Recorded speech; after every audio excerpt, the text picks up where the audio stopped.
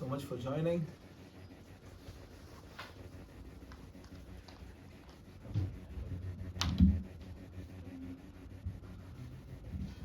Put some lights here.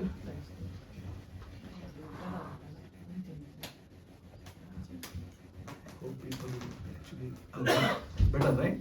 Yes. Otherwise, our enthusiastic minds may just sleep.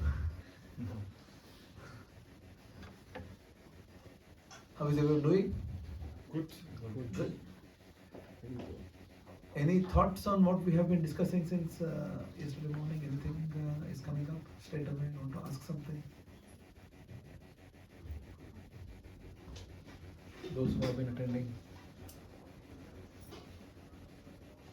you got some time to think about it, churn in your mind. No? Maybe still. Oh yeah, I came to your class yesterday also. What was it? I don't know. Bhakti Yoga. So we have been talking about this one concept, Bhakti Yoga. How do you basically become aware, then connect that with Krishna? And it may seem very philosophical, it may seem extremely, I'm not qualified for this, I'm set for this. But eventually we need to really understand that for a sane human being, there is no other option. No, this is fine. What should I do? Just adjust so that. Okay. Is it better? So if you want to live a conscious life, there is no other way, I would say. See, we're not speaking from the perspective of we need to believe in something. You just have faith in this, and just do what scriptures say. Rupa Goswami, one of our acharyas, tell that every single scripture is a personal experience of someone. This is not something which is just there. It's a personal experience, and anybody who actually gets those experiences on a real spiritual platform, you will understand a few fundamental reality of life. And this is the reality of life. The first fundamental reality is that you are insignificant, dependent living entity. Does it make sense? You are insignificant and you are dependent. You agree? Why? Why do you agree?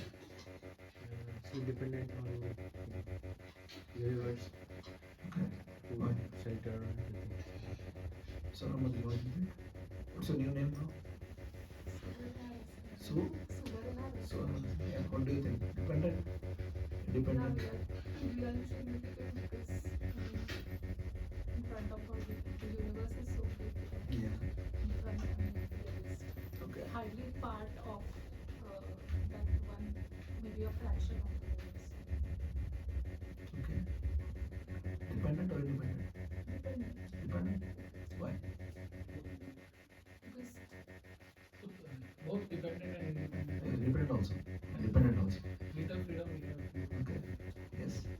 We dependent either on the spiritual energy or material energy, but I think we are significant because if we are giving Krishna pleasure, it's significant. As if we are on this level. Yeah. Okay. Good. Good thought. Yes. Anyone else? We are dependent. You're dependent? Okay. Good. Completely. Completely dependent. Yeah, some way or other. Okay. Which way? Like food, shelter, everything we are dependent.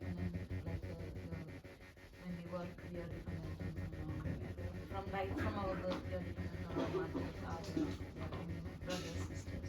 In all this, and in our spiritual journey also, we are dependent on our gurus. What else? Mataji went tell mother, father. Anybody want want to go a bit more deeper?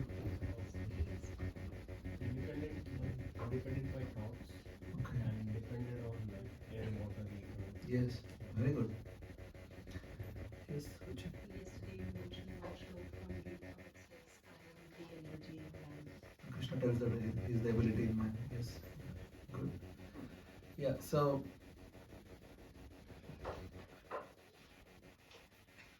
as such, even to breathe,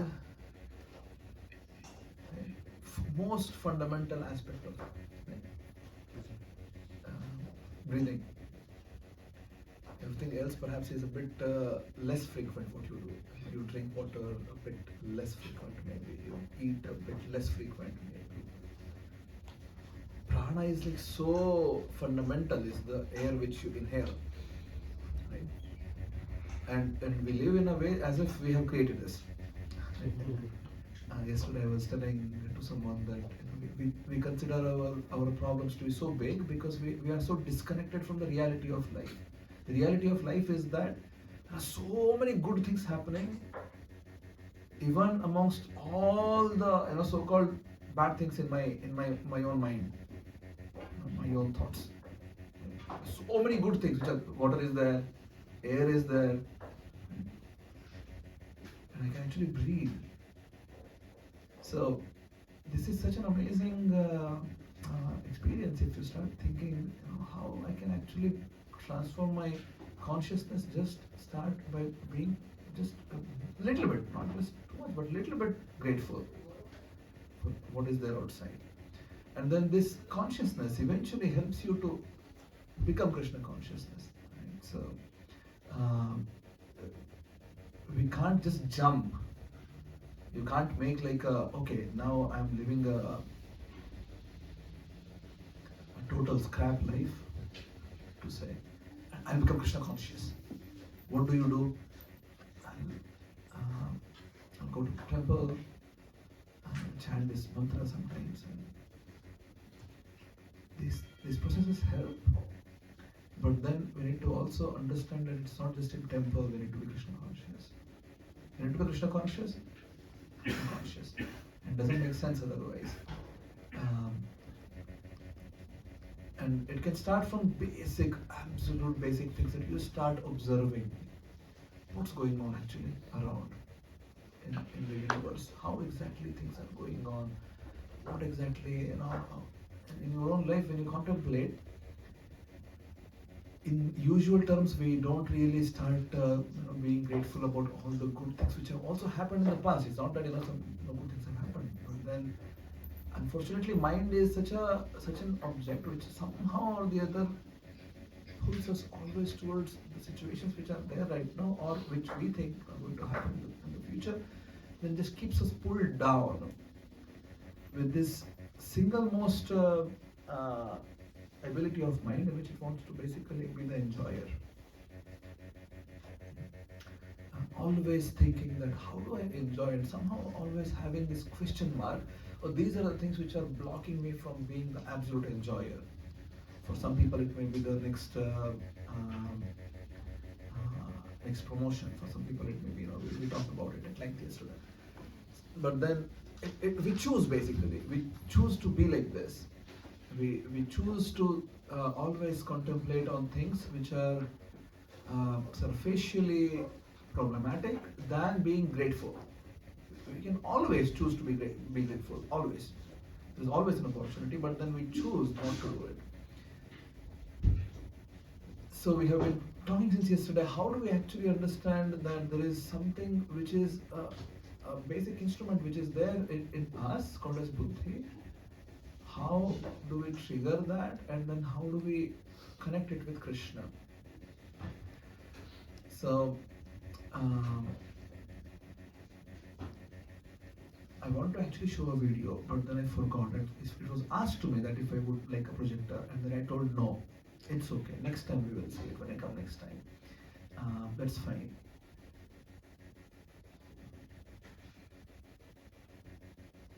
How Śrīmad Bhāgavatam actually puts the entirety of Vedic literatures in the essence. It's not trying to tell that there is something which is just a magic show. Many of us live with this sort of hallucination, I would say. There is a magic show going on here. What is a magic show? Basically, there is no reasoning, right? That's magic show, isn't it? Like if I show this phone here and I make it disappear. As such, there is, you feel like, wow, it's a magic. But unfortunately, life is not a magic. Krishna consciousness is not a magic show in which suddenly somebody is like, wow, Krishna conscious. It is not going to happen like that. You need to sit down and start actually consciously invest yourself. We talked about it, and that's how we began yesterday. You need to invest, meaning that there has to be a conscious effort put in, and then a conscious cross-checking going on. So first, when you invest, let's say your money into a stock market or some real estate or wherever, you make a proper analysis first. Okay, this is the best opportunity for me, and then you're cross-checking always. Or is it still making work? Is it still making upliftment based on how much I have put, or is it going down? And if it is going down, do I need to take it out and put it somewhere? Is it making sense? This is how you invest, right? When you invest something, let's say a money, in a lump sum of money in somewhere, it's not just that you just invest and you forget. You're cross-checking. And that has to be happening in our lives also. Okay? If I want to invest myself in Krishna, I need to actually then start thinking, what's the right way of doing it? And then keep cross-checking. Is it going right? Is this the right track? Because otherwise there is a huge risk that we may be living in this hallucinated understanding that it's okay, I can just be a casual person, offend somebody, anybody, right, left, center, and then keep being a boss around and just keep thinking in the heart that I'm extremely advanced devotee and the reality check may come very late when we're about to leave the body and then we realize, oh my God, So Krishna tells this in his avatar of Vamana, when he came to conquer over the land of all the properties and resources of Bali. And this Bali had become infatuated with pride that he owns so much. Bali Maharaja, if you know Śrīmad Bhāgavatam, 8th Canto. It's a huge story. I'll try to make it short so that we can come to the essence soon. Basically, it all started with Devatas and the demons trying to churn the ocean of milk to get Amrita. So in the beginning, they made a truce. They brought Vasuki to churn the ocean. They brought the mountain to churn the ocean for it, and then a lot of struggles eventually. And finally, after first came Hala poison. They requested, okay, Lord Shiva, you please consume it. Lord Shiva consumed it. Then started coming auspicious things. A nice horse came, which was given to Bali Maharaj. A nice elephant came, which was given to Indra. So like this, nice things started coming. Mother Lakshmi appeared. She chose Vishnu as her husband. And eventually Dhanvantari came with this pot of nectar. And as soon as the nectar pot came, the demons were very much cooperating until then. They just snatched it away and ran away. Lord Vishnu had told to the Devatas that you just need to cooperate with these people. He had given clear instruction in the beginning. So Devatas were like, whatever the demon side is telling, they were agreeing. So in the beginning, Devata side were holding the mouth of Vasuki, and demon side were holding the tail of Vasuki. It's like a huge snake, right? And there is the ocean is there, and there is the mountain is there. You have tied the snake to this mountain, and each side is having their own part of the snake.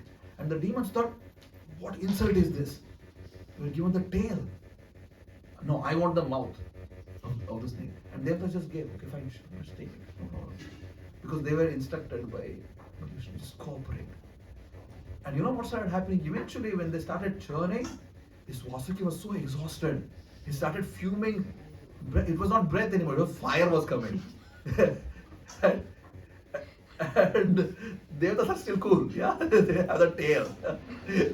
The demons are having the mouth and the fire is coming out, but they can't do anything. They've asked for it.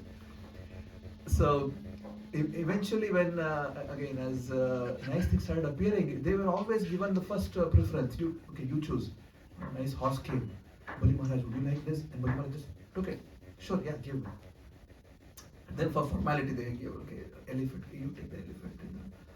So the Devatas were really cooperating to the best of their ability, never questioning, whatever, okay, you are first choice, please.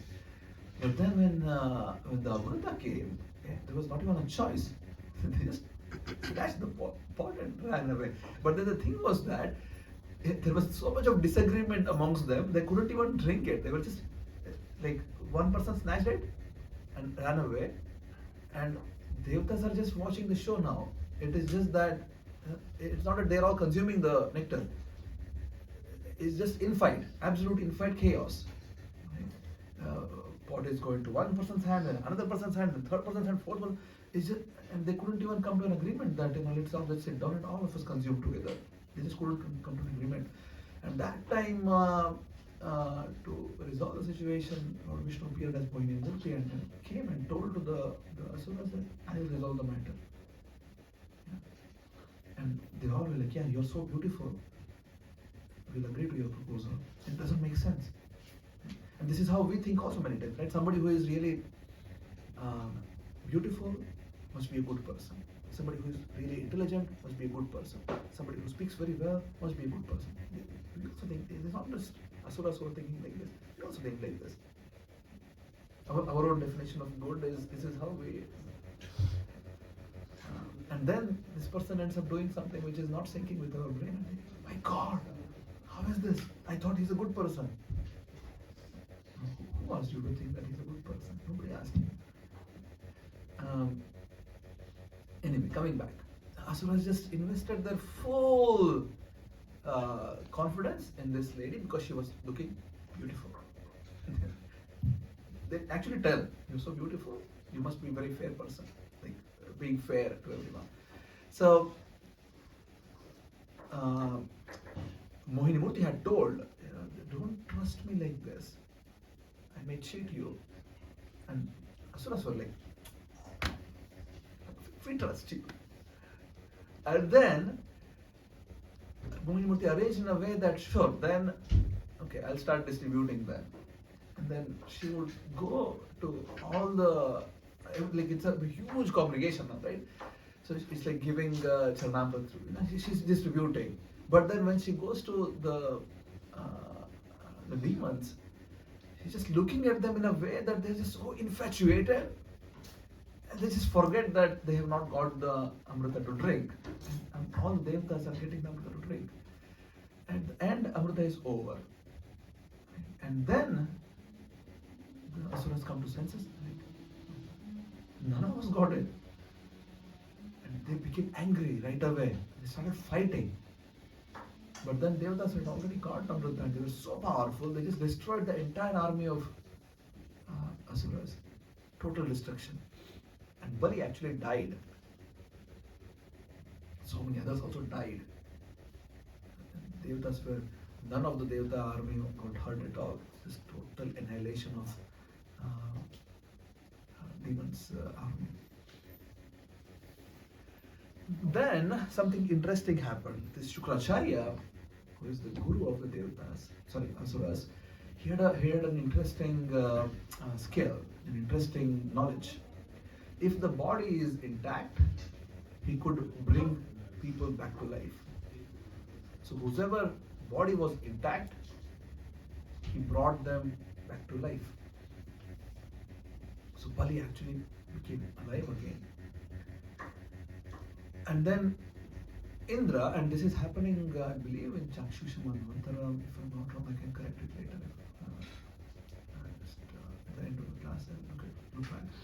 It's not happening in this Manvantara. This Manvantara is called as Vayusana Manvantara. It's happening before. Previous Manvantara. And Indra that time, so one Manvantara is one Indra, by the way. Just a quick crash course. A day of Brahma is divided into Manvantaras. There are 14 Manvantaras. A day of Brahma is called as a Kalpa. One Kalpa has how many? 14 Manvantaras. One Manvantara has 71 Divya Yugas.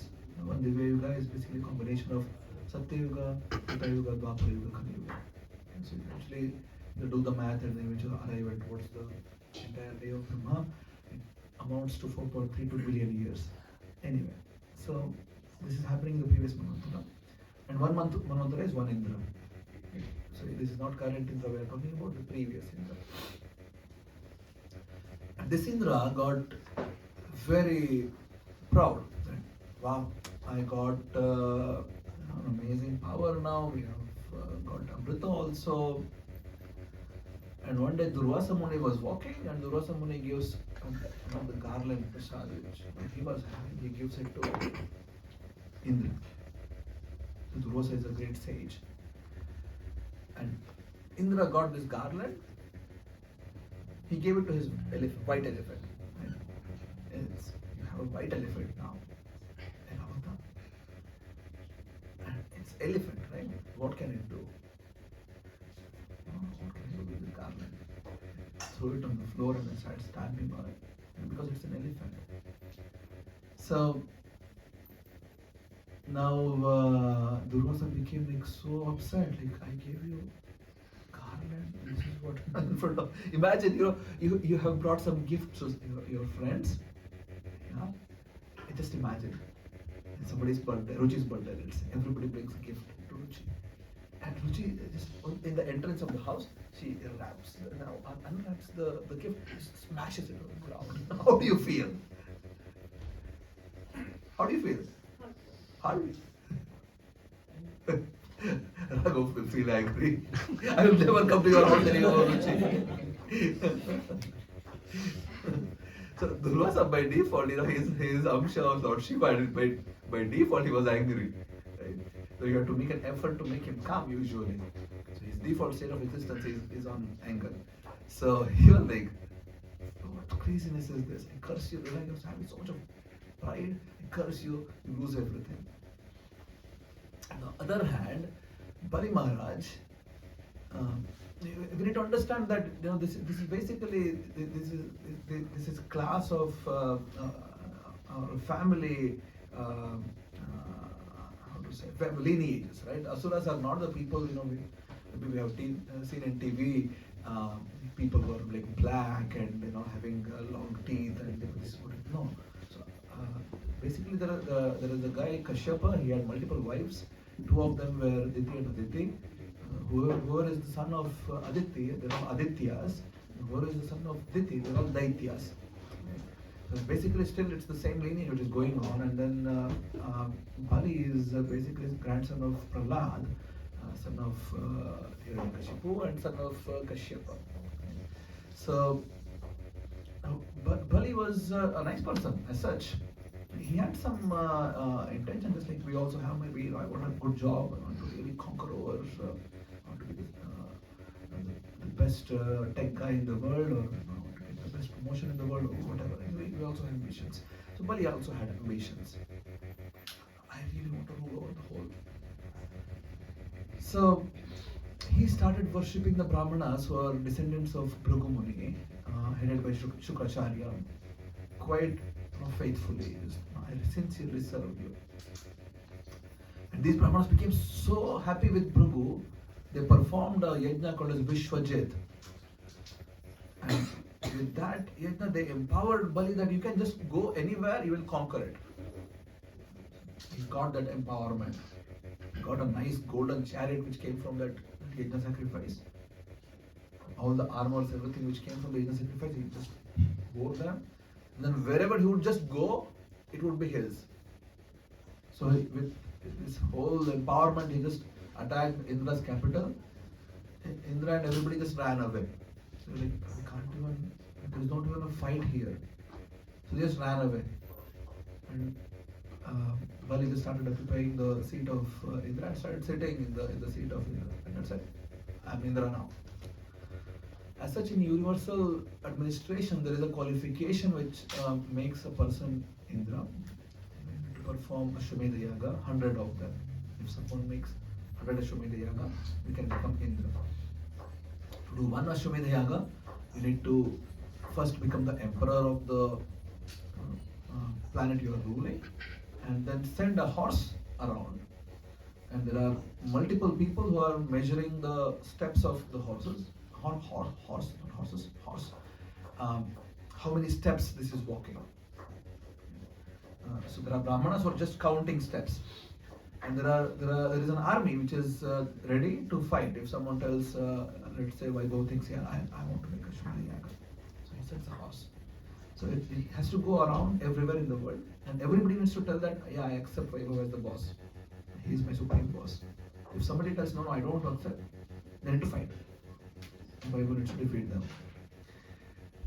So this horse goes around the whole planet and comes back. And imagine how many steps it would have walked. So many. Millions maybe. And that many number of ahuti you should give. So, not just a small spoon. There are descriptions of how much length this ladle should have and what's the width, how much ghee should go. Srila Prabhupada tells to make one Ashwamedha Yaga, even if you collect all the ghee in the entire world right now, it's not sufficient. So, because it's just not there, that much of ghee. So you need so much of ghee to give ahuti. And if someone does 100 times like this, they can become Indra afterwards. But here, in the case of Bali, brute force, right? No, I don't care about all this. Brute force it. So, and then Devatas just ran away, and then the mother of all these guys, Aditi, she was very upset. She's like, oh, my sons are not having their property anymore. So she comes to Kashyapa and, can you please help me? I want to really pray to Supreme Personality of Godhead Vishnu, and then maybe he can become my son. Then maybe he can go and help regain my other son's properties. Kashyapa taught her Payovrita method of worshipping Vishnu, which, if done right, Vishnu will appear and then will appear as the son of the person who is performing this. So Vamandev appeared. And Vamandev appeared, he just became a dwarf, like a small boy, Brahmana, right away. And then his Upanayana samskara was done right away. So Suryadev himself came and instructed Gayatri. When Upanayana is done, you basically given Gayatri mantra to recite. And Gayatri is targeted towards Surya Narayan. I'm sure you all know the mantra, but it's also connected with our buddhi. The first line, Om Bhuhu Bhuvaha Swaha, is a calling for all the living entities in this Bhu planetary systems, Bhuvaha planetary system, and Swarga planetary system. So 3 levels of planes. There are 40, but it's calling for 3 levels. And then Om Tata, I'll come back to Tata. Savitra is Surya. Varenyam is someone who is there within Surya. Varenya is in a very happy, blissful way. Bhargo, with the aura which is there, with the sort of light which is there. Devasya, to that divine personality. Dhi Mahi, I want to put my buddhi there. Not to Surya, but the Tata in Surya. And the Madhvacharya explains that Tata is the Supreme Personality of God, and Narayana, who is there within Surya, empowering Surya. So, Dhiyo again, Yona Prachodaya. Let me get let me get Prachodana is inspiration to put my buddhi into that supreme divinity which is there within Surya, empowering Surya. So that mantra is usually instructed in the, the process of Upanayana, and Surya Dev himself comes to teach this to Vaman. And then so Brahma gave gifts, and usually in this Upanayana Sanskar, Brahmachari is also taught how to beg, because Brahmachari lives by begging. So Mother Parvati comes, and she is the one who is giving the first alms. So somebody is begging. So you have a pot, and then you beg. And Mother Parvati is considered as the mother of the whole material world. Jagataha Pitaro Vande Parvati Parameshwara. Lord Shiva and Mother Parvati, they're the parents of this world.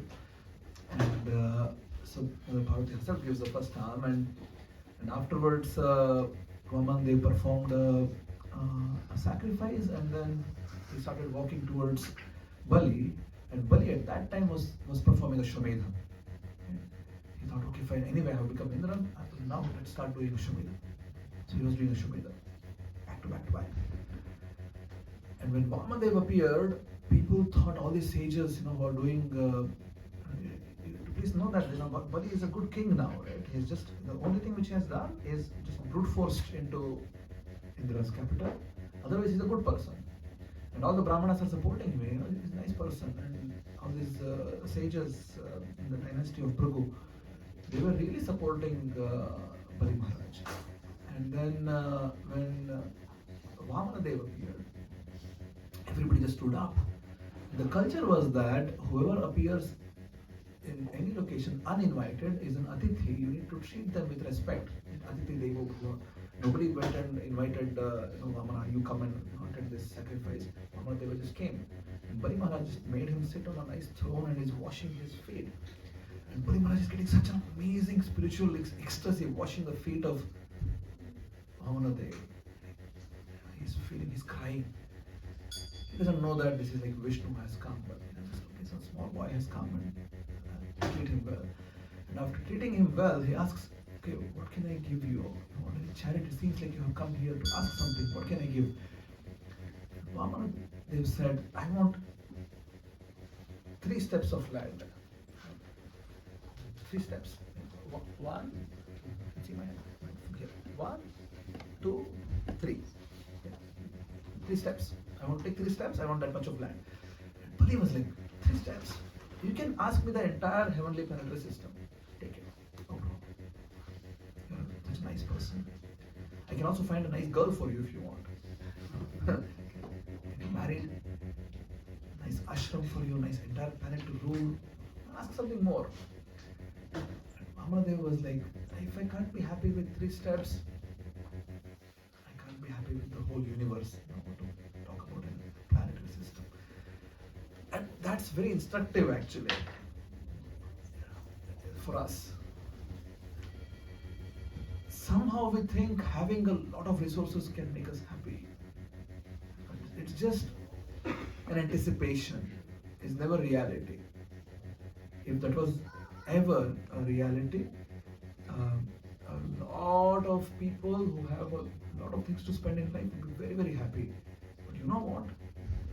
Depression and many of the mental disorders are a common problem of people who have a lot. If someone is really struggling for their life to have their daily bread and butter situation taken care of, you don't find like they're depressed. They need psychological counseling. Because they're like so, you need to really work today to get your meal. So you don't find, like many of the poor countries in the world, you don't find this problem of psychological disorders. It's just not there. And all the first world countries, this is the biggest problem.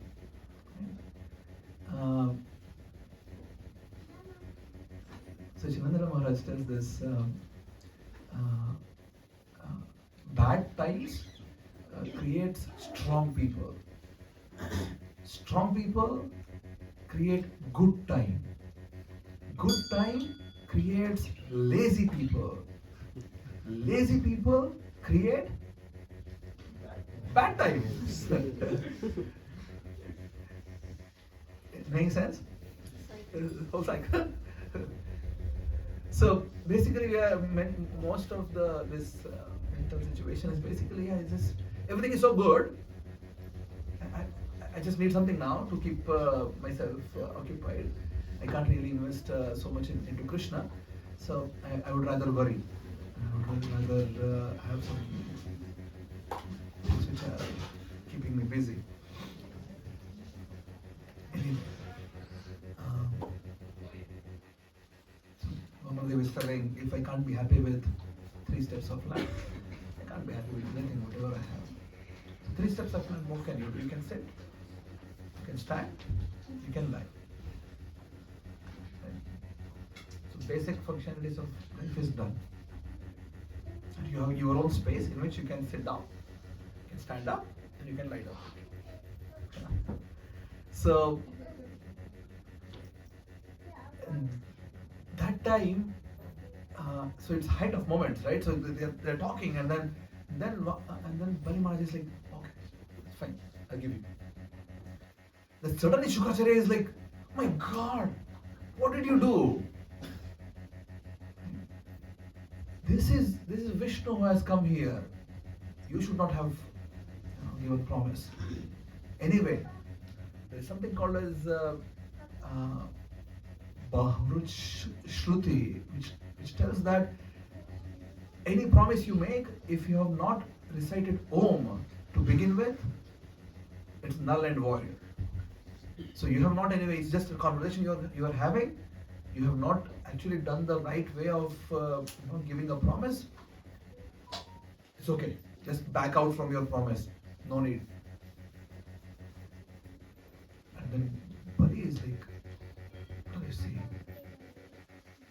He contemplated on what Shukracharya just said. He's like, this doesn't make sense. I can't back out from my promise. If it's indeed Vishnu, and if he has anyway decided that he wants to take away everything from me, I can't anyway withstand that. And just for the sake of gaining material wealth, I can't go down the path where I'm eternally condemned that this guy gave a word and he couldn't fulfill. So previously, people used to take a lot of pride in just being truthful. How Kali Yuga was take pride in being deceitful and just cheating. And no, I never said that. You understood it like that. Right? It's your problem, Prabhu. I told it like this. Because we always just speak and then afterwards, we have some afterthoughts and we just want to fix it, and then we don't care much about our words. Previously, they would speak, and if they have spoken, it's going to happen.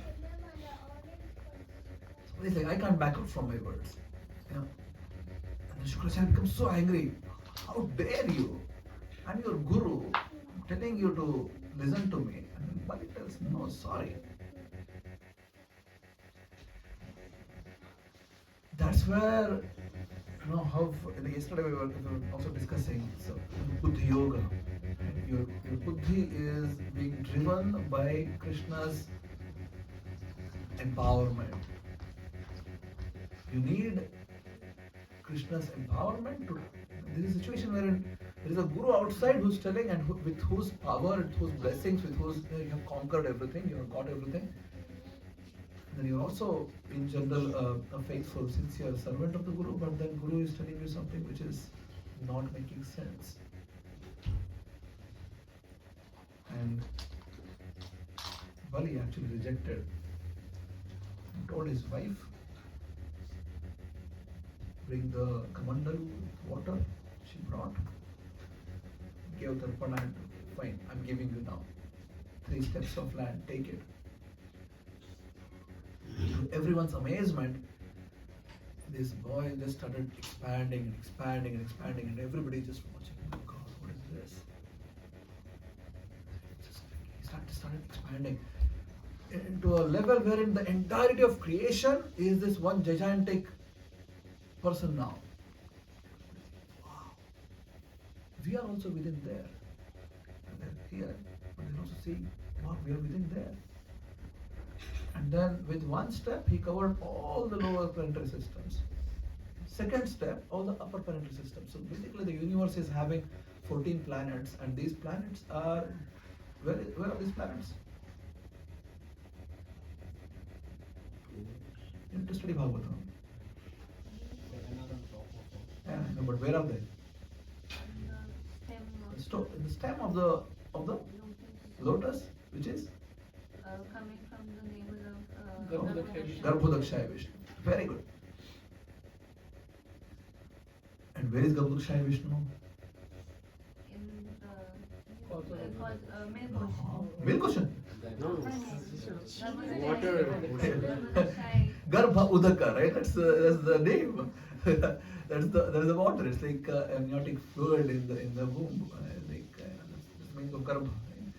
So the universe is having basically 8 coverings of the 8 dhatus, the principal dhatus of the matter, which are earth, water, fire, air, intelligence, earth, water, fire, air, ether, mana, buddhi, ahankar. These 8 layers. And then when Vamandev raised his toe, it basically broke apart the shells of this universe, just went to the planet of Brahma, and then Brahma said, wow, there's something coming here. What is this? There's a feet. So Brahma went and worshipped the lotus feet of Vamanadev. And that is Ganga. So with his commandery, he just poured water to worship. That's Ganga, which comes down. So then, Bali is just standing there, looking at this amazing thing, and Vamanadev started speaking. You have promised me 3. I have taken 2, in which everything in the entire creation is covered already. Forget you just had, you were ruling on Indra's planet, earthly planetary systems, and these 3 planetary systems. I took everything in the entire creation. You can't even go and borrow from someone else. That you go and Brahma and ask, can you give me your planet, I can give you. I have taken entirety of creation. Tell me, 3rd step, where should I put? And Bali is like, wow, I don't know what to do. And then Vamanadev is being very strict, and he tells, this guy is a cheater, he promised me 3 steps, he's not able to give, he should be punished.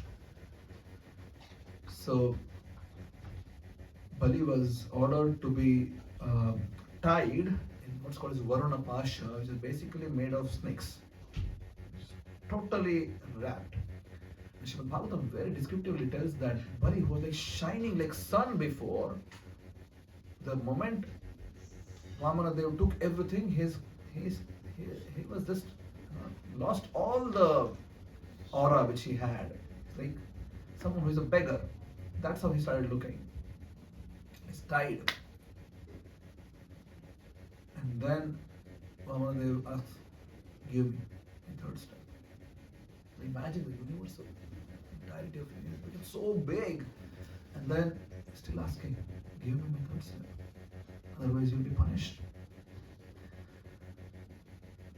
And that time, Bali decided that yes, here is the time. Actually, until then, Bali was, if you study Bhagavatam, Bali actually tells that to Shukracharya, if it is really Vishnu, he must be a coward.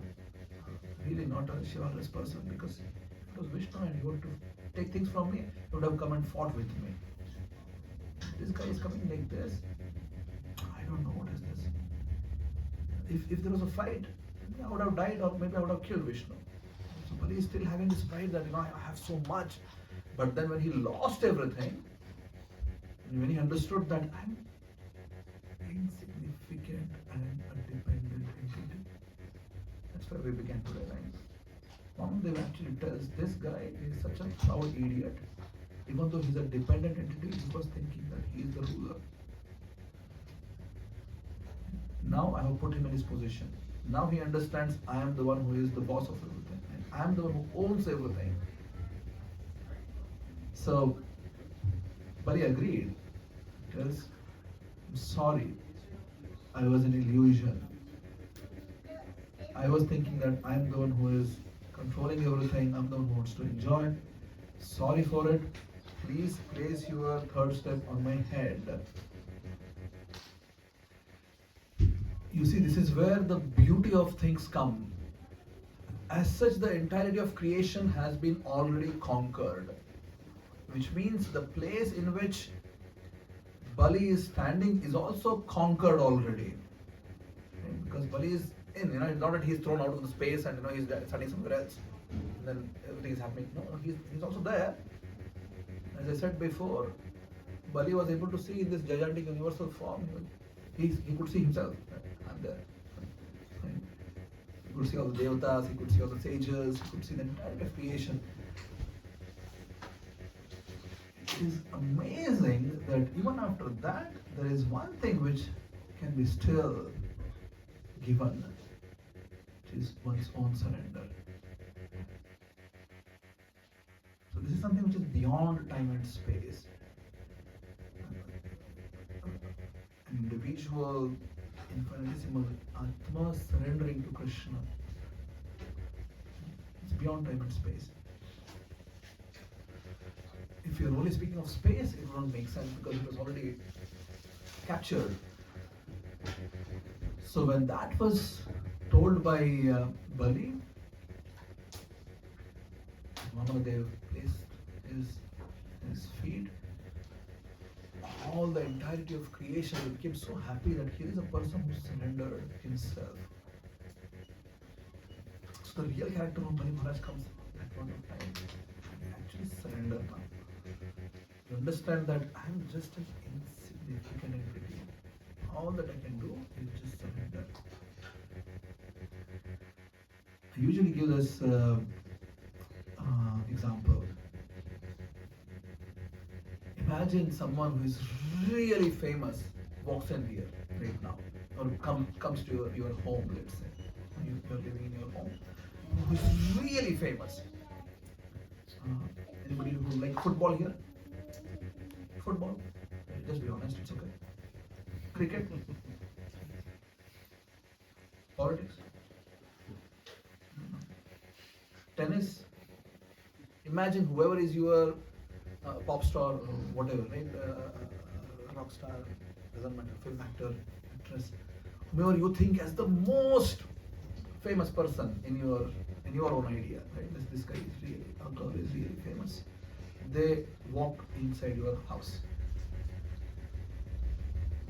You have, let's say, a personal time with them. You would not be wanting to show off, I have a new iPhone. Can I show you? Right? I just bought this pair of shoes. Can I show you? I just want to show you, how amazing my house. You won't do this, right? Because in front of their fame, whatever you possess is is insignificant. Right? You will not be like, I have 1,000 followers on Instagram. This guy has maybe 100 million, right? So, any dimension you want to, compete, there is no scope. So automatically you will be like humble, isn't it? Yes or no? Yes. You will feel like, oh. So then you want to just be as a person who is humble, acting in a humble way. Yeah? Yes or no? Yes. So you may want to give them water perhaps, or I just want to make you feel good, give some food, or that's very natural. It's extremely natural. This is the meaning of Purusha and Prakriti. So ultimate Purusha is Vishnu, and we are part of Prakriti. the moment we are in front of Krishna, we will, if we understand what it is, we will surrender.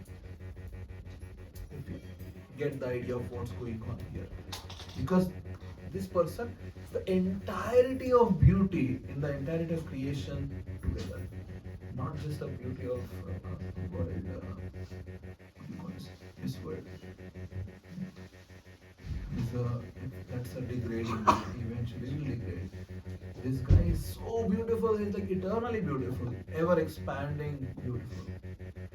This guy has all the wealth, all the fame, all the strength.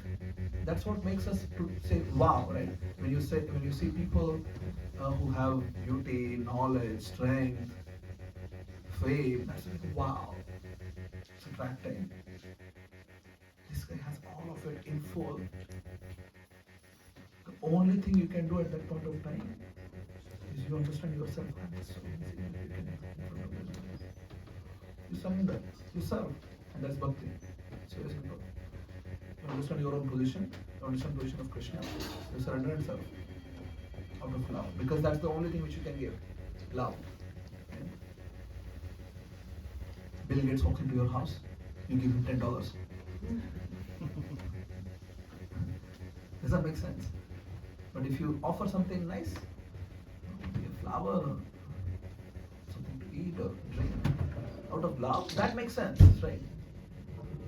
So that's bhakti in its simplest form. You understand the glory of the other person, and when you get that idea, you automatically need to surrender. You will. So Bali Maharaja just surrendered, and then that's when Vamanadev is speaking that you were a selfish, egoistic, proud person. I have taken everything now, but you have also shown how a person can surrender.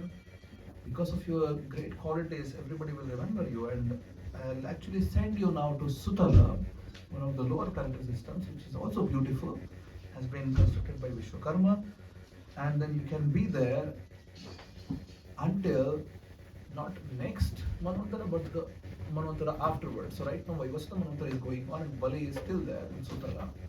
In the next Manvantara when it comes, called Savarni Manvantara, that time current Indra, whose name is Purandara, Śrīmad Bhāgavatam tells he will be forcefully thrown out of his place and Krishna will establish Bali as the next Indra. Imagine how will Indra feel when reading Bhagavatam?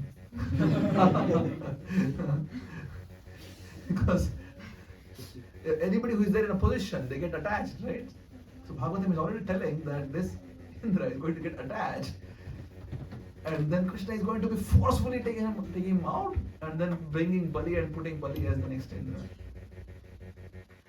So anyway, we began with this thing today that we need to understand our position. Our position is that of insignificance. Really, the only thing which we can do is, yes. As Pritam said, we can desire. It's the only thing we can do. The only thing which matters then is what is that which we are desiring in our hearts. What is that which we really want? Everything else is out of our control. We are not the cause of it. Krishna tells in Gita, Prakritéhi kriyamanani gunahi karmani sarvashaha ahankara vimodhatma kartaham iti manyate. That he thinks, I am the one who is doing everything. I am the one who is speaking, I am the one who is hearing, I am the one who is looking. No. All these things are happening because there is Prakriti and there are associated devatas and all. If I want to lift my hand like this, there's devata associated with that. I want to speak, there is devata. I can't really function. If I would be able to function all by myself, I should never die. There's a meaning of owning something, right? Like if you own something, it's yours. So if you own this body, then it should be yours forever. But then one day, people just leave. It was never yours. Like yesterday morning we were discussing about having a rented place. Rental place. You need to leave one day. invest only that much which is necessary. Don't go overboard. There's no need. Please understand, life is so extremely meaningful that if you make this one choice at the right time, I want to really surrender to Krishna, I want to serve Krishna. Just one sincere desire. Krishna, I really want to serve you. Please help me to serve you, because I can't. Ultimately, even to serve Krishna, Krishna needs to help. I can't do it myself, because I'm not an independent entity, I'm a dependent entity. So you want to serve Krishna, I need Krishna's support. I can only desire this, that I want Krishna, I want to serve you, I want to please you. I love you, Krishna. That's a desire. It is there strong in the heart. The core thing which is there in the heart. Yesterday morning we were meditating. Those who missed the class, please watch the video afterwards. We were meditating this. What is that which is there in your heart, which is the most important thing in your heart? We need to make that a Krishna. I want to serve you. That's it. I want to serve you, Krishna. And everything else needs to be built on top of it. And that has to be the driver for life. We have so many drivers. You did it yesterday morning, but then please let us make this one paradigm shift in our entire. This is a revolution in your journey as an Atma, because of the mercy of Srila Prabhupada, Chaitanya Mahaprabhu. To come to this understanding, people would spend millenniums just meditating. Even after that, they are not really understanding what needs to be done. Vishwamitra only did austerity for like tens of thousands of years, and he still is not really fully aware yet what to do. He's just doing his austerity and then eyes closed, and Saubhari Muni was there in the water, again tens of thousands of years, still not figuring out what needs to be done. You are getting this free, no efforts put. That's the part of problem also. We fall in the category of lazy people creating hard times. That's what we are. Because people like Srila Prabhupada have. Can you imagine somebody who is like 70 years plus, sleeping just only a couple of hours a day, and then actually writing this purports to Śrīmad Bhāgavatam so that you and I can actually sit down and study them. Prabhupada would travel so many times all around the world. Every day he's busy. The only time he would get to write, compose his purports was night. Nothing else is going on.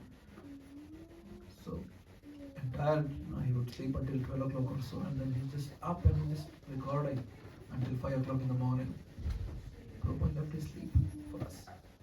At least we can show some gratitude to Prabhupada by at least consume this. Prabhupada has given us this Śrīmad Bhāgavatam. At least let us consume Śrīmad Bhāgavatam. At least we can do that much. So let us make this. I was telling that it's going to be a revolutionary thing in the entire trajectory of your journey so far. You have been, I don't know what all you have been in your past lives. I don't know what I have been in my past lives. But for sure we have been many things.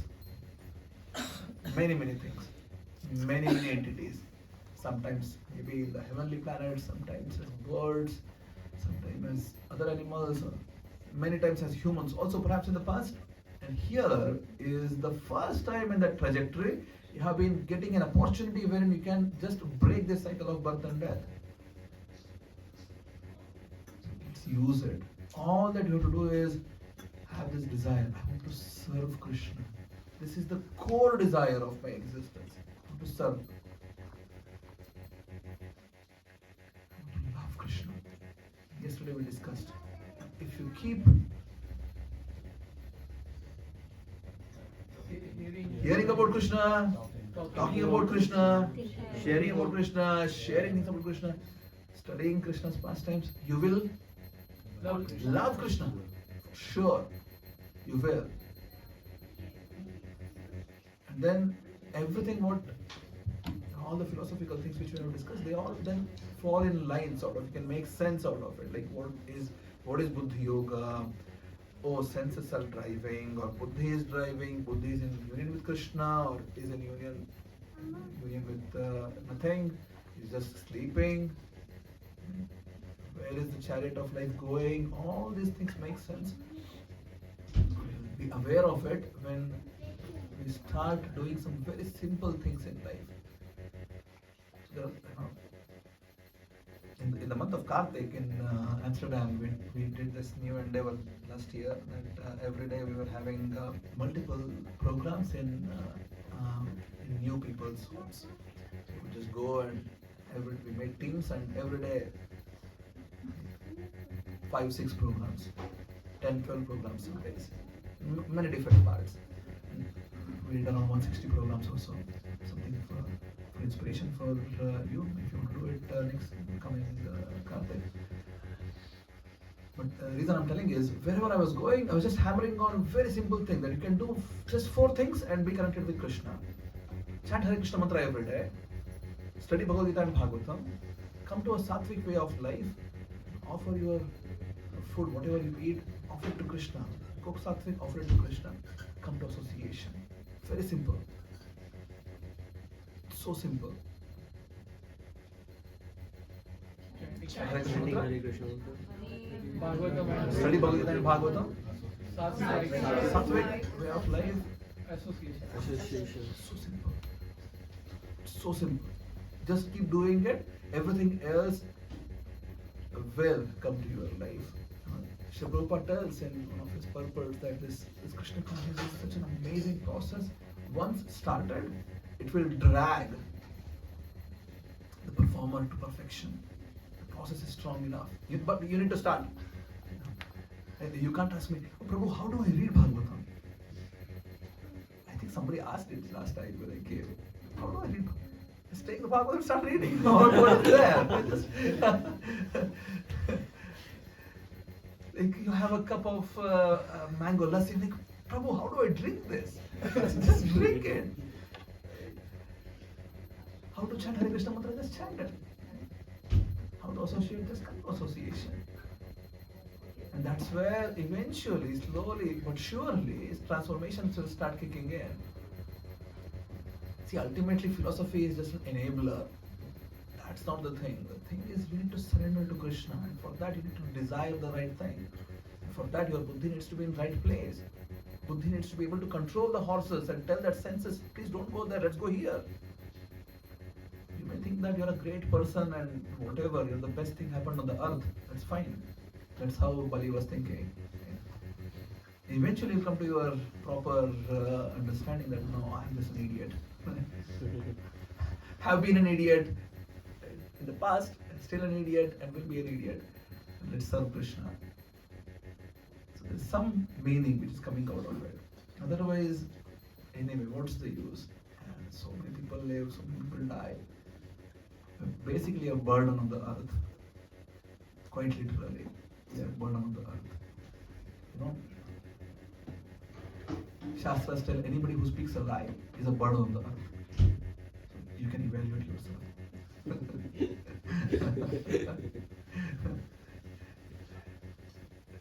Did it make sense? Anybody who speaks lie. One lie or 100 lies. That's detail. So, I'll give a quick pause. Anybody want to share anything or ask questions or comments? Thank you for your wonderful lecture. I would like to ask a personal question from my life.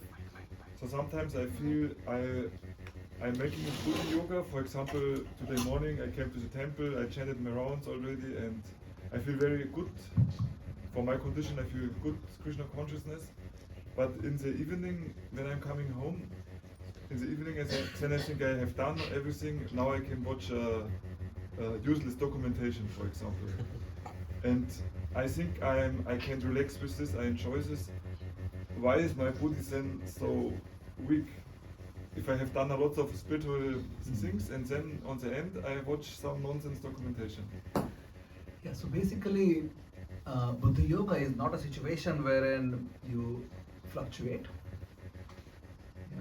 Once somebody gets Buddhi Yoga, because Krishna is awarding Buddhi Yoga, yesterday we discussed, Krishna tells in Gita, Tesham Sruti-tanam Bhujatam Priti-purvakam Dadami Buddhi Yogam. I am the one who is giving the Buddhi Yoga.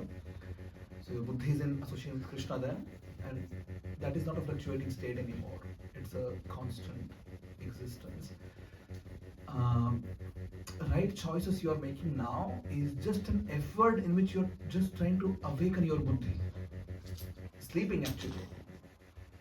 As such, the chariot of life is still being driven by the horses. Our conditioning is just too strong right now. Horses still have got all the control. So, efforts which you're putting now are just an effort to somehow or the other, come on, buddhi, wake up, wake up, wake up. Yeah. So keep doing it, and then buddhi will be like, okay, fine, I need to get up. So it does wake up. So you're chanting nicely, attentively, studying Bhagavatam attentively, association attentively. Association doesn't mean I just come to temple. It means I'm serving. I have to actually put myself in service. It has to be an active component to association. I have to actually serve. People needs a lot of service. Serve. And then, at that point of time, it's like the buddhi is then getting the right food. But is not strong enough where it can actually just sustain. Okay, now I got my food, I'll be awake whole day. Is not that strong yet. It will sleep again. So the moment you're outside, the whole life picks up, senses still start driving. Eventually, buddhi is fully awakened, and eventually, buddhi is in association with Krishna. And Krishna is directly influencing and empowering your buddhi. But there's a journey to be undertaken before that. Is it making sense? So it will happen, but a bit of time gap is there right now. So we need to be enthusiastic. That's why utsaha has to be there. If you're having enthusiasm, then we'll be okay. It's fine, no problem. You went and watched some documentary. That's fine. You showed up again today morning. That's great, right? It's fine. Let's be okay with it. You know, one of the biggest thing I learned in my life, it was in 2018, when I learned that it is okay to make mistakes in life. It's fine. As long as you understand, accept, want to correct yourself. It's okay. We have been somehow or the other living a life in which life pushes us. You need to be a perfectionist. You need to get all these things done in the absolute right way. And then most of the times we also torture ourselves. Then, I failed here. I couldn't do it. I'm just a failure. I'm not good for anything. Because there is so much of burden in our heart that I need to be a perfectionist. But there is no need. The only guy who is perfect is Krishna. Everybody else is imperfect. So there is no need to feel that kind of burden in our heart that this is the vision of my life. I'm not able to live. It's okay, no problem. My day starts with 4 o'clock. I want to get up and chant Hare Krishna mantra and then study Bhagavatam and then go to office and be totally Krishna conscious in office and come back home and do Aarti and then, well, if you're able to do it, very good. Be grateful. Be grateful that this life is going on like this. There was a point in my life wherein before 6 o'clock my 16 rounds should be done for years together. You're done with 16 rounds. It's not even 6 o'clock yet. Then there came a point in life when I'm sleeping at 3 o'clock or 4 o'clock. So time keeps changing. That's another lesson from Bali Maharaja's story that actually Vishnu tells to Devatas that you should appreciate time. Sometimes it favors some people. It also applies to you. Time never is going to be the same for anyone. It's going to be a good times, bad times. Even spiritually, sort of speaking. our spiritual ambience, let's put it like this, because how spiritually it feels, it's always about how you take it. But let's say from the ambience perspective, there's going to be a good time and there's going to be a bad time. It's fine. We need to tolerate good times and bad times. But having the right heart can always make sure that you are safeguarded. The heart is, I want to serve Krishna. Somebody else may ask the question, Prabhu, yeah, for you it's watching documentaries, for someone else it may be something else. But it's okay. As long as you understand, accept it, you want to correct yourself. And then for some people, wow, I can't really describe, how much I'm struggling. I really want to get rid of this lower nature. I can't do it. We can sincerely ask to Krishna, please help. I want to really uplift myself. Can you please help? You can be humble of Krishna and just come today with us. Dear Jagannath, Baladev, Subhadra, Gauri, please help me. I need support. I want to be Krishna conscious. Please help. So this humility takes us long way. Being grateful can take us long way. And then you start understanding that your inability to execute a few things is actually not that big. It is not bigger than Krishna's mercy. Your inability to perform certain things. That inability is not bigger than Krishna's mercy. Should we repeat? Our inability to perform anything is not bigger than Krishna's mercy. So if you really understand this, and if you understand, okay, I failed in this, let me try to do this nicely. Still, it's okay. Just because I failed in this, I'll not torture myself that I'll also stop doing this. It's okay. Maybe 10 things are going wrong. It's fine. At least let me do one right thing for Krishna. Let me be happy about it. And just keep doing it. Okay? Thank you very much. Hare Krishna. Yes. Hare Krishna. Hare Krishna. Thank you for the wonderful talk. I could attend in my life for next whatever I learned there was. So you mentioned about Bhakti Yoga, like Bhakti Yoga never fluctuates, it's attained. And it also sounds like attain a state of perfection where you don't come down. Exactly. And when we try to do it as expressed, like there is sometimes failures or you feel like you're torturing yourself a lot to conform to certain standards. And but ultimately we have to push ourselves to that perfection again. Yeah. So how do we understand where Krishna's mercy is acting and where is our endeavor? Where do we draw balance? That's a classic question always, like how do you really understand how much to endeavor for what? Where is it Krishna's mercy? Things are happening like this, things are really falling apart, or is it my inability to do things because of which things are falling apart? You need guidance. Told you yesterday also. A spiritual life is not dealt in a way wherein you can just independently handle everything which is going around. You always need somebody with whom you can share in confidence and accept guidance in confidence.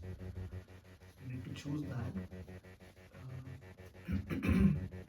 because every situation is different. There is no framework answer to this. Here is the framework. Of course, there's a sort of a larger framework, a peripheral answer we can discuss. Like, you need to make sure that your basic dharma, artha, and karma is going on fine.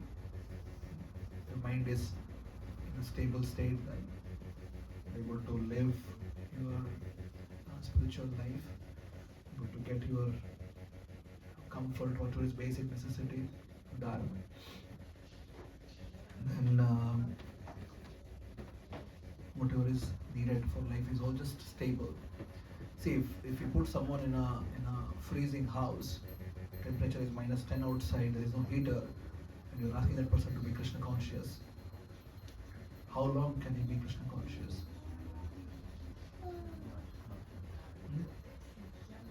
You may try. So it's better than to have a heater and then study Bhagavatam. Right? So basic necessities of life needs to be well established. We should never come to a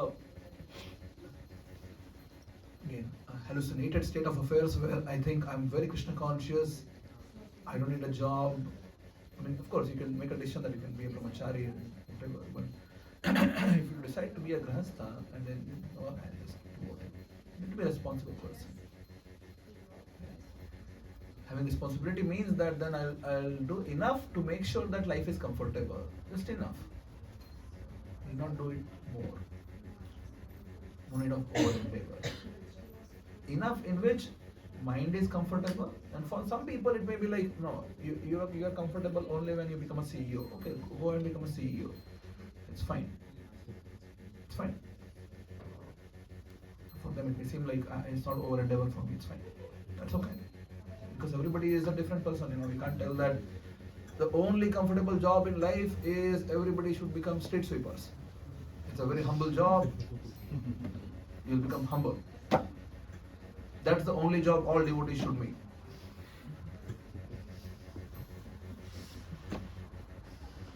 Okay? Doesn't make sense, right? Because you can become very humble with it, right? But not everybody can do this. We also can't make the statement that the only comfortable job for everyone, they need to become CEOs of multinational companies. Also, not everybody can accommodate that. So you need to see where is your comfort level, what exactly how much you want to put effort into where. If you're having difficulties in figuring it out, you need to really sit down with someone who understands you, and then in confidence you need to be able to discuss. Here is a situation of life and need some guidance.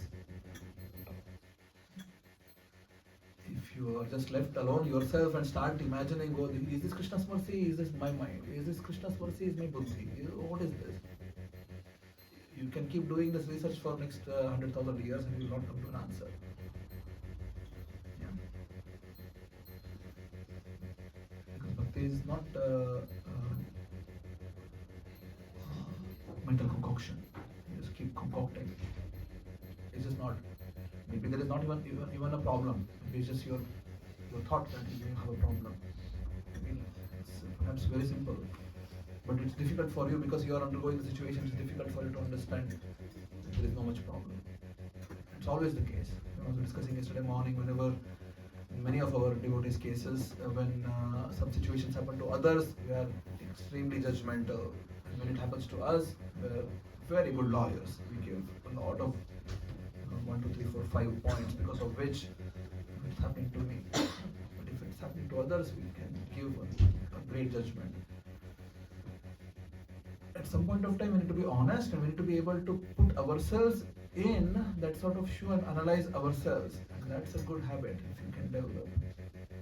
If you're not able to do that, you need guidance.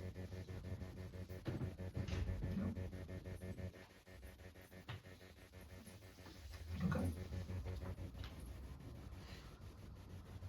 Hare Krishna. Yes, Pritam. Thank you for the class. On the class, you mentioned that. You mentioned Sukracharya brought Bali Maharaj back to life, and he was his guru. So when Sukracharya tells Bali Maharaj to not agree to the proposal of Vaman, so Bali Maharaj he tells that if his Vishnu is going to take most of the things. So is Bali Maharaj's false ego speaking here, or is he surrendered to Vishnu at that time? At that point of time, Bali was not wanting to tell a lie.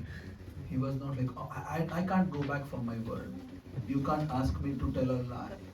you are my guru, but I won't agree with your proposal that because of some technical, no, I didn't recite Om or whatever, it's a technical detail. Just because of that, I can't go back on my word. Right? So he's still having his pride. He's still having his, he's not surrendered yet. His surrender comes later. But he had this amazing ability to tell that, no, you are wrong. You are my guru, but you are wrong. Yeah. He's not surrendered to Krishna yet. One more thing, he also tells that if it's Vishnu, he can also wage a war on me and Yes. take away the Yes. entire thing that he has. So why does Vishnu only come in the Vaman? Oh, why he came? We can always start reasoning why he came like that, but then ultimately Krishna also has his own will, how he wants to perform which Leela. So he could have come in many different ways to take everything away from Bali, but he chose like this. To some extent to also glorify Bali Maharaj. As I said, when Bali Maharaj surrendered, the entire universe, they were happy. He is a person who is actually surrendering. And that action of be able to tell to Vamanadev that you can put your step on my head, it's hugely significant. This is the most important thing to understand that divinity is surrender is beyond time and space. You can surrender. Yeah. Krishna. Yes. Anyone else has anything? Yes, Nishtavati Mataji.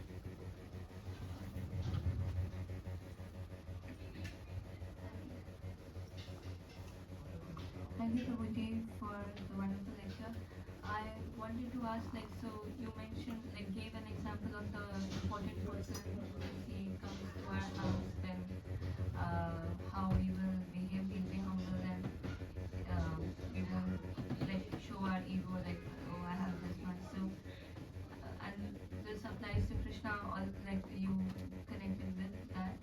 So, but even though hearing, and you said that hearing, thinking will help us develop love, but it's still now, even after sometimes it feels as if still not there, and even if Krishna will come, I don't think so that that surrender, that level complete Atma-Nivedana will be there.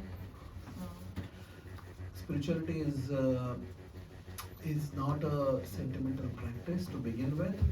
So before understanding the sweetness of Krishna, we need to understand the greatness of Krishna. So that's the reason why in Śrīmad Bhāgavatam, first 9 cantos don't even touch upon Vrindavan Leela. To really understand the greatness of Krishna first. There's so many descriptions of Krishna's greatness. How he is there as an infinite source of everything, cause of all causes. So that's something which needs to be understood, Mataji. how we can read it, but that realization. You need to contemplate. It's not just reading. So you need to be able to sit down and contemplate on it, and eventually get realization of it. So when you get realization of it, and then when you understand it's the totality of everything put together, the supreme divinity who is there in the form of a small baby, is performing his actions in the courtyard of Bhakti Yoga. That's Damodarashtakam, right? Namo Deva Damodara Ananta Vishnu. This is the supreme divinity. He is Ananta. But he is there in the courtyard of Bhakti Maharaj, performing his childhood pastimes. If a small baby, we have a small baby now, is so charming. It's charming. Imagine the supreme absolute truth. Entirety of everything, the whole creation, is having a form which is that of a baby. How charming that would be. It's having the form of a boy. So beautiful. How enchanting that would be. So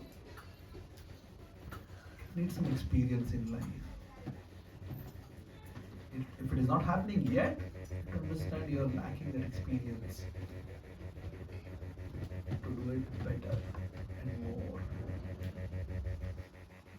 It's like, imagine let's say a boy is trying to please a girl. Very basic example. Like yesterday I was saying, if he takes something which the girl doesn't like, the girl has an allergy for the flowers and to taking the roses. It doesn't make sense. It has to be favorable acts. Then for sure, if you are doing in a favorable way, there is better interactions.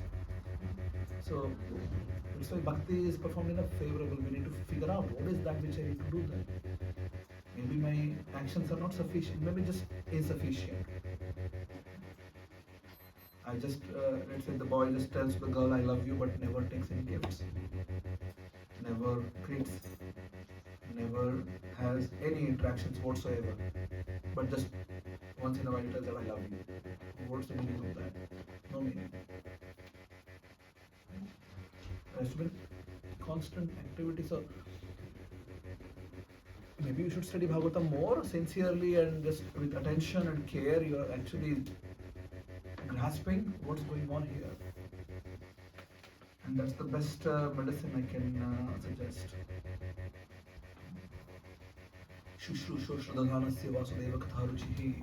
That ruchi you will get when you put a lot of attention and care in what you are consuming.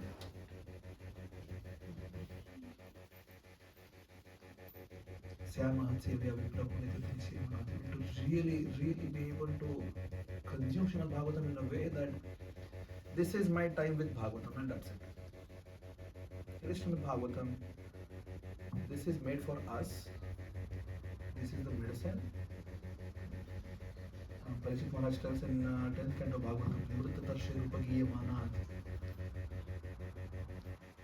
this is for someone, the glorification of Krishna is for that person who has taken nivritti from all the tarsh, hankering for material enjoyment. If someone has taken retirement from that sort of mentality,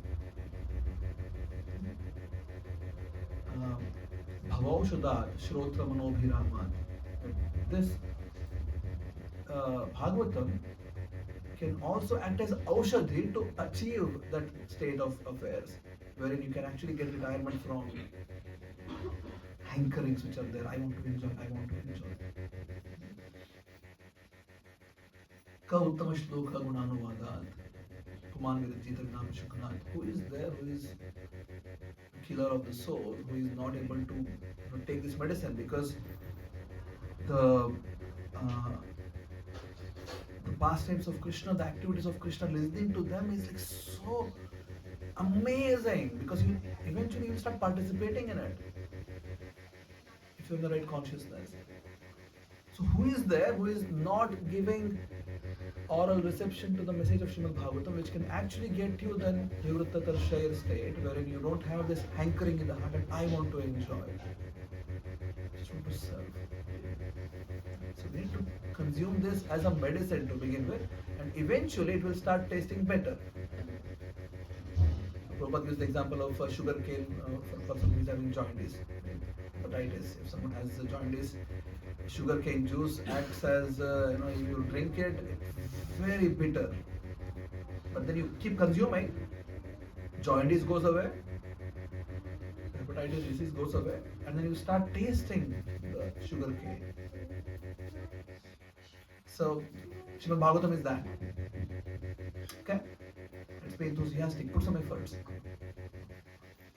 I keep telling this whenever I come to Berlin, but then I don't think many of us are really putting our hearts into it. And please know, my only desire in life, I want to connect you with Bhagavatam. I want to really make sure that please you take this medicine. There is this amazing medicine. I'm not the creator. It's there already. I'm not a pharmaceutical company who wants to sell this.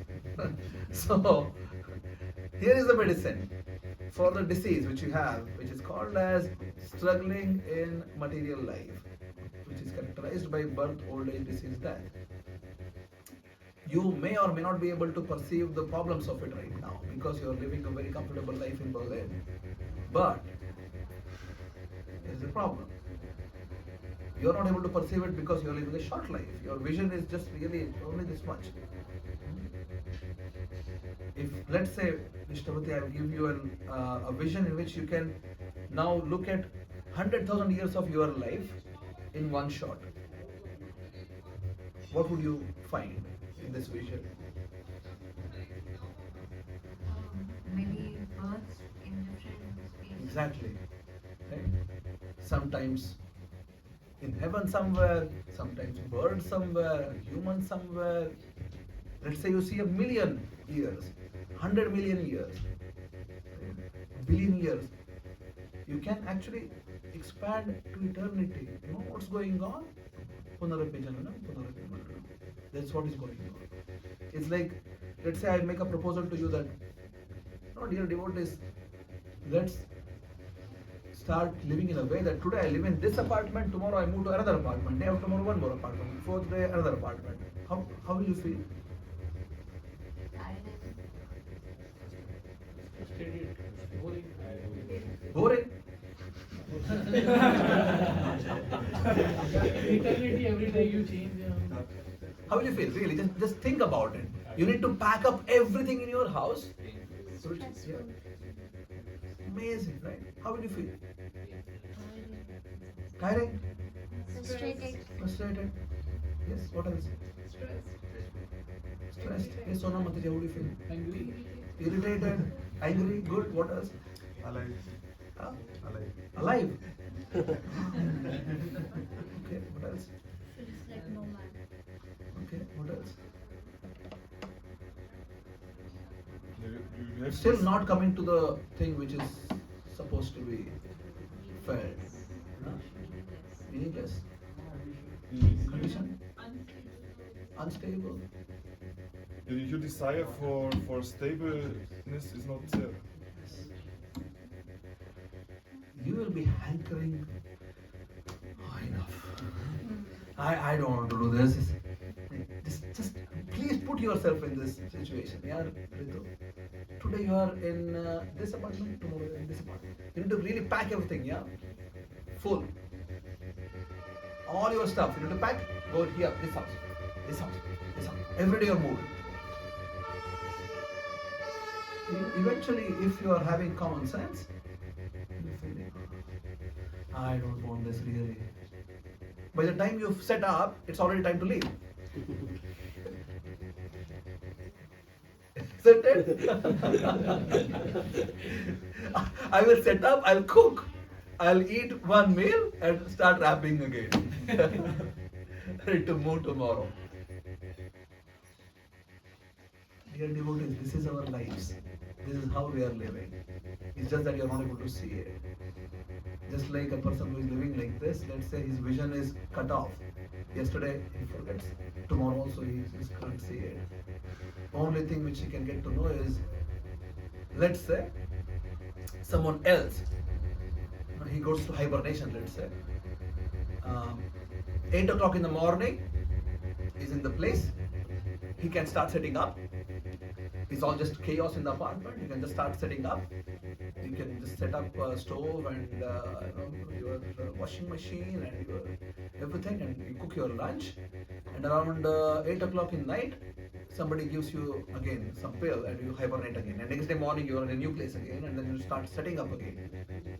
And you forget about yesterday. Totally. That's our situation right now. But you're not able to visualize it, you're not able to really understand. If you are able to understand, then you'll be like, my God, Krishna, please. So Shiva Shankara tells, Iha samsare bahu dustare. But for us, Iha samsara is very good. Wow, amazing. Berlin is so good. I can get my next Tesla. Really good. Because you're just not able to see. The vision is so constrained. So, is it making sense, by the way? We took a few apartment examples this way. Yeah. Yesterday also we were talking about apartment. Is it okay, Nishtavati Mataji? Yeah. So let's give some more attention to Bhagavatam reading. And actually, not just for you, everyone else. Can we please study Bhagavatam? Please. Yes, I was like, my God. Yes, bro. So with this experience, are we escaping the life or accepting the life? You need to first understand what is life. So if going back to this example of apartments that he's talking about, if someone thinks that yeah, it's okay, I'll just keep going through, it doesn't matter. Anyway, somebody else puts me in hibernation, 8 o'clock, I'll get another apartment tomorrow, I'll just keep putting efforts in setting that apartment, I'll cook, and that's fine. It's that person's free will. They're having full free will to live like that. But anybody who is having common sense would understand, I don't want to do this. It's too much. Struggle is too much. Every single day I need to set up my kitchen. Every single day to cook. And by the time I am having taken one nap, I need to nap. So when that's the premise of our lives, if someone thinks that, oh, what's the problem with this? I'll just go through. Be my guest, please live like this. It's okay. No problems. Nobody will ask you or force you that you should not live like this. Krishna himself doesn't force. The very fact that everybody is living their life the way they like is a proof for it. There is no force. Nobody is going to force that, no, you have to become Krishna conscious. When Nilambara can come and request that please study Bhagavatam. There is no force. I'll not be calling all of you tomorrow. I do have some numbers, so I keep reminding them, but the rest of the people are free. You can choose study Bhagavatam or not study Bhagavatam. Chant Hare Krishna Mantra, not chant Hare Krishna. You have full freedom. So as such, there is no force. But if someone can take to this, it's auspicious for them.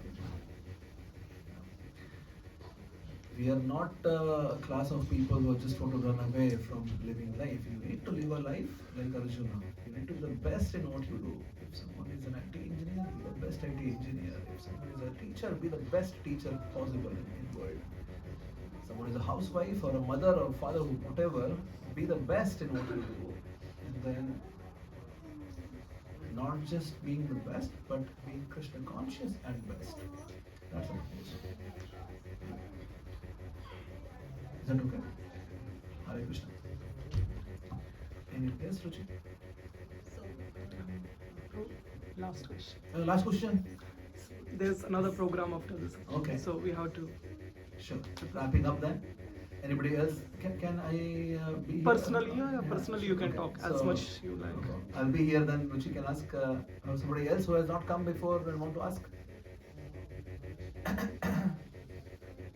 Doesn't seem like, but I'm here. If you have other questions, I'll be here later also. Yes, Ruchi. Last question. So I would say I have a very stubborn mind, and with this example that you told about moving, it's easier to understand when we say that we have to move every day, and because I've been through that situation, I understand how difficult it is. But when we talk about in a broader perspective, when we say, okay, we have to shift our bodies every few years, it seems like such a big time. Like even in this lifetime, if somebody says that I have to move apartments every year, I will be okay with that. And even if I think about it, I don't remember 5 years back what was my lifetime, and it really doesn't even matter.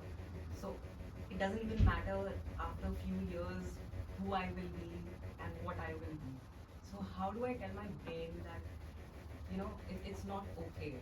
Though I'm comfortable that okay, every year. No, you should not try to convince your brain. You should just try to expand the horizon of your knowledge.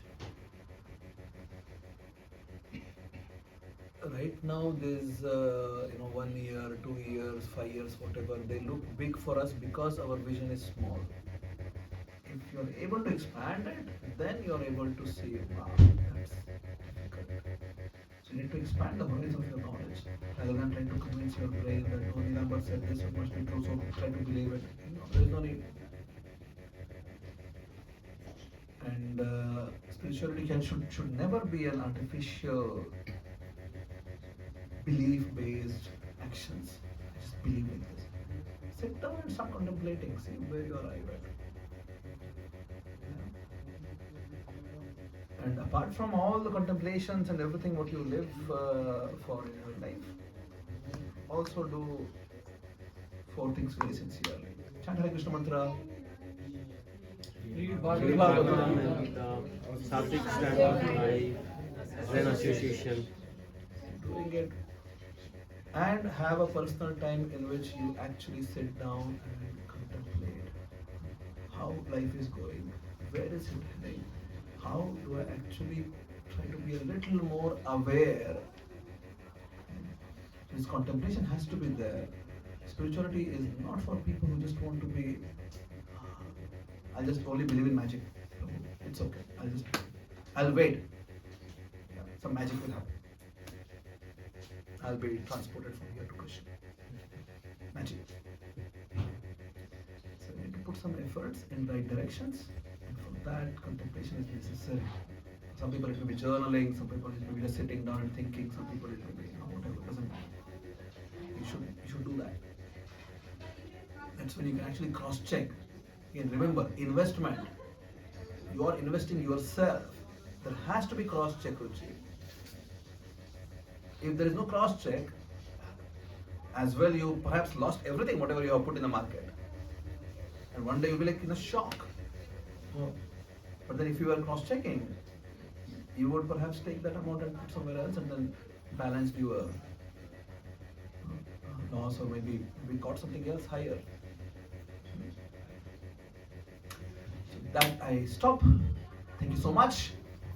Hare Krishna.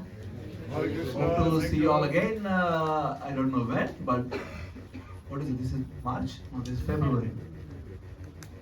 Let's plan something in May or June then. Right. Usually come in 3 or 4 months. Hare Krishna. Srila Prabhupada ki jai.